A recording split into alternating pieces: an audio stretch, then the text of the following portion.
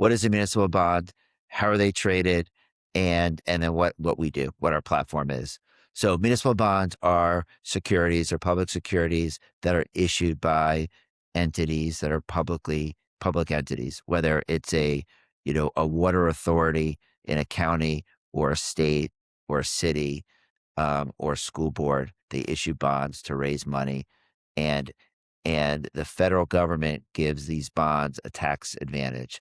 They're not taxed at the federal level. The income is not taxed at the federal level, and often, for state tax purposes, they're also exempt when you invest in your local bonds. As a New York City taxpayer, if I buy a New York City bond, I'm exempt from paying income tax on the income I receive in both city, state, and also federal, all three.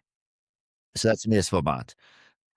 They're traded on what are called these alternative trading venues, ATSs. So they're basically they act as exchanges. They're broker dealers.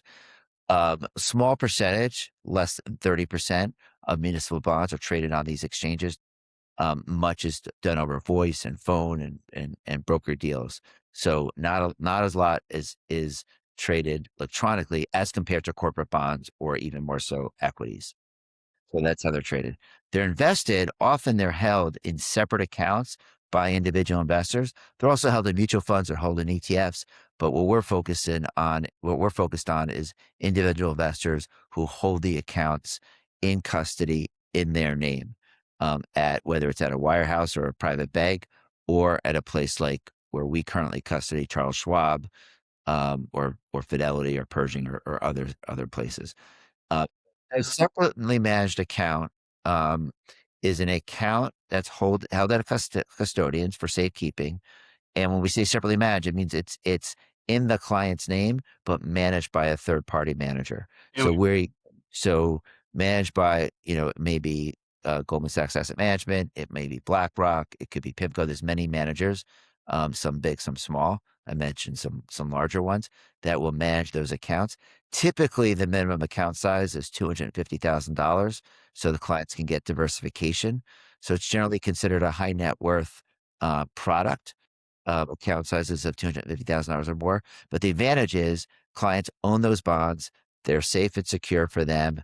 They receive all the benefits, all the tax advantages, and don't have noise that they would have if they were part of a commingled vehicle from other people trading in and out of the securities.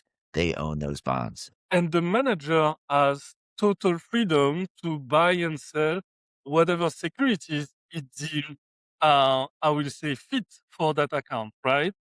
Correct. Correct. And this gets into the illiquidity, meaning bonds are difficult or expensive to buy and sell. There's well over 1 million different municipal bond securities out there. They're difficult to price. They're difficult to get information on, and there's not a lot of people creating markets. If you think about it from a market's perspective, right? There's certain things that you can easily buy and sell, and there's no what we would call slippage. There's no expense. Used cars is a good example of where it's expensive to buy and sell. You go to take your car to the car dealer and you sell it. It immediately you're getting thousands of dollars less than what it's actually worth. And then the dealer takes it and they turn it around, and the next guy comes in and buys that car. The buyer's paying significantly more than what it's worth. But the car dealer is creating a market, right? They're facilitating the buying and selling of automobiles such that people can quickly sell their cars and other people can come in quickly and buy a used car. That's an illiquid market. And municipal bonds have that characteristic. It's an illiquid market. They're expensive for people to buy. They pay more than they're theoretically worth. And when they go to sell it, they get less than what they're theoretically worth. And so what bond managers do is they avoid selling and buying often. So they buy and hold to maturity. That's typically what they do for their clients. That nice, safe, diversified portfolios where they buy, and they hold. And if they go to sell, they know it's expensive. When they need to buy bonds, they know it's expensive. So they avoid doing that too often. That's the market as it exists today.